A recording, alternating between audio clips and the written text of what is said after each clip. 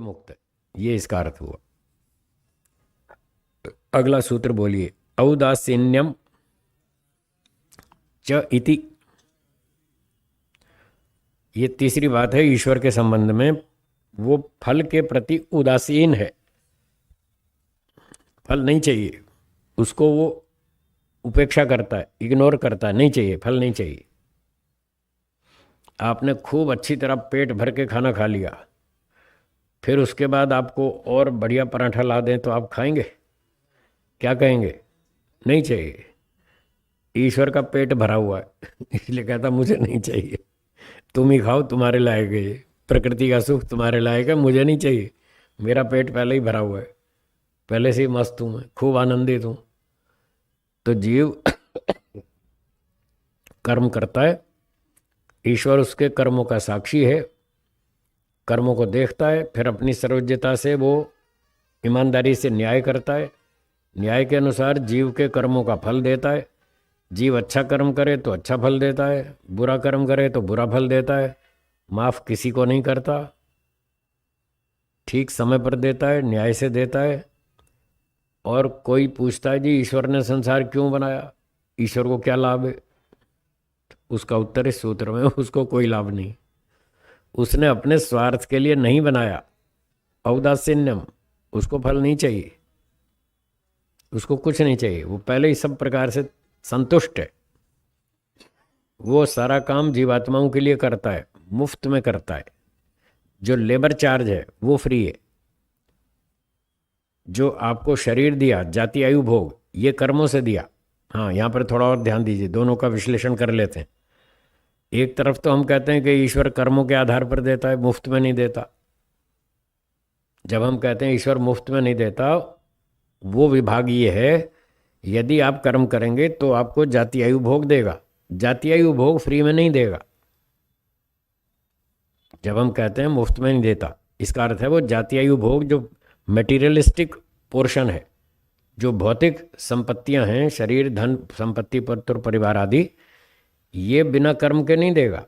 वो न्यायकारी है, कर्म करो तो फल देगा, ऐसा। अब ये जब फल देता है तो उसमें एक भाग होता है लेबर का।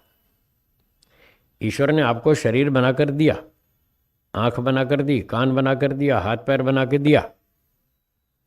जो शरीर आदि मटेरियल दिया वो तो आपके कर्मों का फल है, पर प्रकृति से परमाणुओं से लेकर के शरीर बनाने तक का जो काम शुरू किया, जो उसमें मेहनत की, उसमें उसका कुछ लेबर चार्ज भी तो बनता है या नहीं? जैसे बिल्डिंग बनाने वाले मजदूर मिस्त्री आते हैं, वो अपना लेबर चार्ज लेते हैं कि जी हमारी तनख्वाह दो, हमने काम किया। जैसे मिस्त्री मजदूर अपना लेबर चार्ज लेते हैं, तो ईश्वर की ओर से लेबर चार्ज फ्री है। हाँ जी, बोलो, समझ में आया? लेबर चार्ज फ्री है और मटेरियल का पैसा है। यानी पैसा कौन सा? कर्म। हाँ, आप कर्म करेंगे तो मटेरियल मिलेगा। उस मटेरियल को अच्छा बढ़िया मॉडिफाई करके बड़ा सुंदर बुद्धिमत्ता युक्त शरीर बना के देना, मन इंद्रियां बुद्धि बना कर देना, इसमें जो मेहनत हुई उसका वो भगवान ने कुछ आपसे फीस वसूल नहीं की, वो फ्री में। आपका दो चार लोगों से झगड़ा हो गया और ईश्वर ने कहा भाई ठीक है, तुम्हारा हिसाब किताब मैं कर दूंगा, तुम्हारे ठीक ठीक कर्मों का न्याय मैं कर दूंगा, जिसने अन्याय किया उसको दंड दूंगा, आपका नुकसान किया आपको नुकसान की पूर्ति कर दूंगा, कॉम्पेंसेशन दे दूंगा। अब पूरा कर्म का हिसाब रखना, उसको ऑब्जर्व करना, देखभाल करना, उसका हिसाब रखना, फिर ठीक समय से फल देना और उसमें उसको दंड देना, ये जो सारा मेहनत का काम है ये सब फ्री में। इस तरह से ईश्वर बहुत दयालु है। इस एंगल से देखो तो बहुत दयालु है, सारा काम फ्री में करता है, फीस कुछ नहीं लेता। और वो लेने लगे तो हम दे भी नहीं पाएंगे, कहाँ से देंगे, है ही नहीं हमारे पास कुछ है ही नहीं देने को। तो इस तरह से ईश्वर को औदासीन्यम चेति, उसको फल के प्रति उदासीनता है। जैसे लोग पूछ रहे हैं कि भाई हम काम करते हैं तो हमको सैलरी मिलती है, हमको तो फल मिलता है, तो ईश्वर जो काम कर रहा है उसको भी तो मिलना चाहिए, न्याय के अनुसार तो मिलना चाहिए। पर उसको ज़रूरत नहीं है, वो कहता नहीं मुझे नहीं चाहिए। जैसे हम प्रचार करते हैं तो हम प्रचार करते हैं, लोग कहते हैं हाँ गुरुजी आपकी फीस कितनी होगी। कई लोग हमसे पूछते हैं गुरुजी प्रचार के लिए आना है, आपका आने जाने का भाड़ा, किराया, खाना पीना, दान दक्षिणा कितनी होगी बताओ। बहुत सारे लोग पूछते हैं। तो हम कहते हैं भैया हम कोई फीस वीस नहीं रखते, हम तो समाज सेवा करते हैं निष्काम भाव से, और हमारे पास समय है, अनुकूलता है, आपके पास हम पहुंच सकते हैं तो आपके यहाँ प्रचार कर देंगे, नहीं पहुंच सकते तो नहीं करेंगे, गारंटी नहीं है, हमारी सुविधा के अनुसार हम करेंगे। बाकी फीस वीस कुछ नहीं है, आपको कुछ देना हो तो दे देना, नहीं देना तो कोई बात नहीं, हम भगवान से ले लेंगे। आपसे नहीं चाहिए, आप दोगे तो ले लेंगे अपना खर्चा पानी करने के लिए, बाकी हम कोई फीस रखते नहीं ऐसी। तो हमारे को तो फिर भी कहीं ना कहीं ज़रूरत पड़ती है, कोई सामने से दे देता है, कोई वैसे दे देता है, कोई गिफ्ट में दे देता है, कोई घर बैठे बैठे पेटीएम कर देता है, कोई कुछ कर देता है, तो हमारा काम चल जाता है, क्योंकि हमको ज़रूरत है। ईश्वर को तो ज़रूरत ही नहीं, इसलिए वो कहता नहीं मुझे नहीं चाहिए। जी बोलिए। वो किसके लिए चढ़ाते हैं, ईश्वर के लिए या पंडित जी के लिए? हाँ तो वो ज़रूरत तो नहीं है, पर वो जो चढ़ा रहे हैं ईश्वर को, वो ईश्वर के यूज़ के लिए चढ़ा रहे, भाई तुम इसको यूज़ कर लेना, या वो पंडित जी के लिए चढ़ा रहे हैं, पंडित जी यूज़ करेगा, किसके लिए चढ़ा रहे हैं, क्या दिमाग में उनके हैं? तो फिर पंडित ईश्वर को तो नहीं चाहिए, ईश्वर को भी नहीं चाहिए, मूर्ति को भी नहीं चाहिए, किसी को भी नहीं चाहिए, वो तो अपने स्वार्थ के लिए चढ़ा रहे हैं।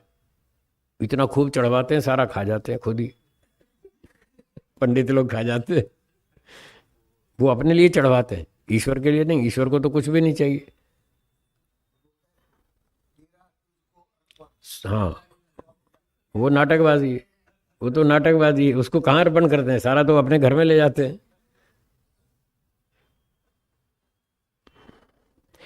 एक कोई प्रवक्ता थे टीवी के, वो क्या बोले जनता को, अपने श्रोताओं को, जब आप यहाँ आवें, सत्संग में आवें, तो अपनी बुद्धि और अपने जूते बाहर छोड़ के आए।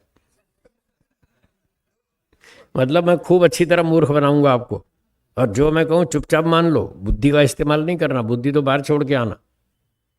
तो फिर एक भगत ने कहा अच्छा गुरुजी फिर पर्स भी घर ही छोड़े आएंगे। अब उसकी हवा निकल गई कि पर्स तो लाना साथ में। पर्स नहीं लाओगे तो मैं भूखा मरूंगा। पर्स तो साथ में लाना है, जूते चप्पल बुद्धि बाहर छोड़े आना, ताकि मैं अच्छी तरह लूट सकूं। ऐसे दुष्ट लोग हैं जी। हो गया ठीक? तो हाँ बोलिए, क्या पूछ रहे, बोलिए। उसको जो बहुत अच्छे पुण्य कर्म जमा होने के बाद उसको मनुष्य जन्म मिला, और मिला उसको शूद्र परिवार में, फोर्थ क्लास फैमिली में, तो आप अब कह रहे हैं भाई वो फोर्थ क्लास में तो क्या प्रगति कर पाएगा, फिर उल्टे सीधे ही काम करेगा और फिर जाएगा वापस नीचे। हाँ पचासों 100 200 400 योनियों में फिर दंड भोगेगा। तो ये तो बहुत खतरे वाली बात है। बिल्कुल ठीक बात, आपकी बात बिल्कुल सही है, पर इसका दोषी कौन, कौन दोषी है? वो खुद दोषी है या ईश्वर? हाँ ये पॉइंट नोट करो। ये पॉइंट नोट करने वाला है। उसको शूद्र के घर में जन्म मिला, क्यों मिला? उसकी उसकी की तो गलती है ना, उसने अच्छे काम किए होते तो अच्छे विद्वान के घर जन्म देता ईश्वर। ईश्वर कोई पक्षपाती है, कोई अन्यायकारी है जो जानबूझ के उसको शूद्र के यहाँ पैदा किया? उसके पिछले कर्म का फल है भाई। तुम जितनी मेहनत करोगे उतनी सैलरी मिलेगी। आपने अपना बताया तो था, एक आदमी ने कहा जी मैं तो 23,000 कमा रहा हूँ, मेरी बीवी 50,000 कमा रही है, तो मेरा भी कुछ करो ना। तो आपने कहा मैं 50,000 थोड़ी कर दूंगा पगार तुम्हारी। भाई 2,000 बढ़ाऊंगा, 3,000 बढ़ाऊंगा, और क्या बढ़ाऊंगा मैं? 23 से 50 थोड़ी कर दूंगा, उसके जिम्मेदार तुम हो। तो जैसे आप कहते हैं मैं जिम्मेदार नहीं हूँ, ऐसे ईश्वर कहता है मैं भी जिम्मेदार नहीं हूँ, जिम्मेदार तुम हो। तुमने जैसे कर्म किए मैंने वैसा फल दिया। तुम अच्छे वाले करो, मैं अच्छे घर में जन्म देता हूँ, तुम और अच्छे करो, मैं मोक्ष भी देता हूँ। अब गलती तो तुम्हारी है, तुम करते ही नहीं, तो फिर मैं क्या करूँ? मुझे क्यों सुना रहे हो? गलती तुम्हारी, अपनी गलती ठीक करो, अपने कर्म अच्छे बनाओ, ठीक है ना? चलो अब आगे बढ़ लें थोड़ा सा, अभी तो है ना समय, 10 बजे तक है ना कक्षा? हाँ ठीक है। तो औदासीन्यम चेति, फल के प्रति ईश्वर उदासीन है, उसको भौतिक सुख फल कुछ नहीं चाहिए। गलती तो करता नहीं, इसलिए दुख का तो सवाल ही नहीं। जो भी करता है अच्छा ही करता है, न्याय से करता है, और उसके पास पहले से सारा संपत्ति आनंद पहले से प्राप्त है, पर्याप्त है, इसलिए उसको आगे फल की कोई ज़रूरत नहीं है। वो फ्री में काम करता है, सेवा करता है, ये उसका स्वाभाविक गुण है। परोपकार करना ईश्वर का स्वभाव है, इसलिए वो अपने स्वभाव से सबकी सेवा करता है। कोई उसकी सेवा को समझता है, उसके एहसान को समझता है, तो उसका आभार मानता है, धन्यवाद करता है। जो नहीं समझता वो बदतमीजी करता है, वो कहता है ईश्वर है ही नहीं, मैं तो मानता ही नहीं। मत मानो, तुम्हारे ना मानने से ईश्वर गायब थोड़ी हो जाएगा। अपनी मूर्खता है कि मैं ईश्वर को नहीं मानता। एक दिन मेरे सामने आ गया एक व्यक्ति, कहने लगा जी मैं ईश्वर को नहीं मानता। मैंने कहा मैं आपको नहीं मानता, अब बोलो क्या करोगे। कोई उसको किसी को ये कहे मैं आपको नहीं मानता, तो क्या वो खड़ा रहेगा या गायब हो जाएगा? तो फिर ये कहने का क्या पागलपन है, क्या मतलब है ये कहने का कि मैं नहीं मानता? जब कोई चीज़ है और आप कहते हैं मैं नहीं मानता, तो आप अपनी मूर्खता का प्रदर्शन कर रहे हैं। जब है तो उसको मानना चाहिए, और उससे कोई लाभ होता हो तो लाभ लेना चाहिए, नुकसान होता हो तो उससे बचना चाहिए। ये समझदारी है। खामखा अड़ियलपन में नास्तिकता फैला रहे हैं। मैं ईश्वर को नहीं मानता, उसने मेरा काम नहीं किया तो उस दिन से मैंने मानना छोड़ दिया। वो तुम्हारे बाप का नौकर लगा है। तुम्हारे बर्तन मांजेगा तो तुम मानोगे, और नहीं मांजेगा तो नहीं मानोगे। बेवकूफ़ी की बात है। लोग ईश्वर को मानते हैं, पता नहीं उस पर एहसान कर रहे हैं, ऐसा समझ के ईश्वर को मान रहे हैं। मैं ईश्वर को मानता हूँ, रोज़ 1 घंटा उसका ध्यान करता हूँ, जैसे उस पर बहुत एहसान कर रहे हैं। मैं उसका 1 घंटा रोज़ ध्यान करता हूँ। अरे भाई मत करो ना, किसी ने कहा है तुम्हें? तुम करते हो तो अपने स्वार्थ के लिए करते हो, ईश्वर पे क्या एहसान है?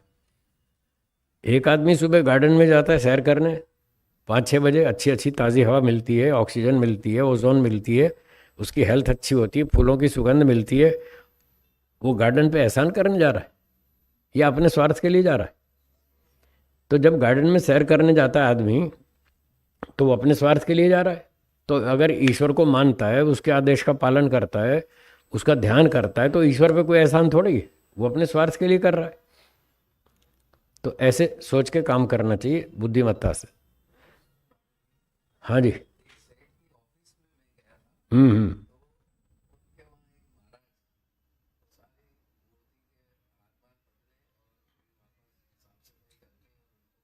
ठीक।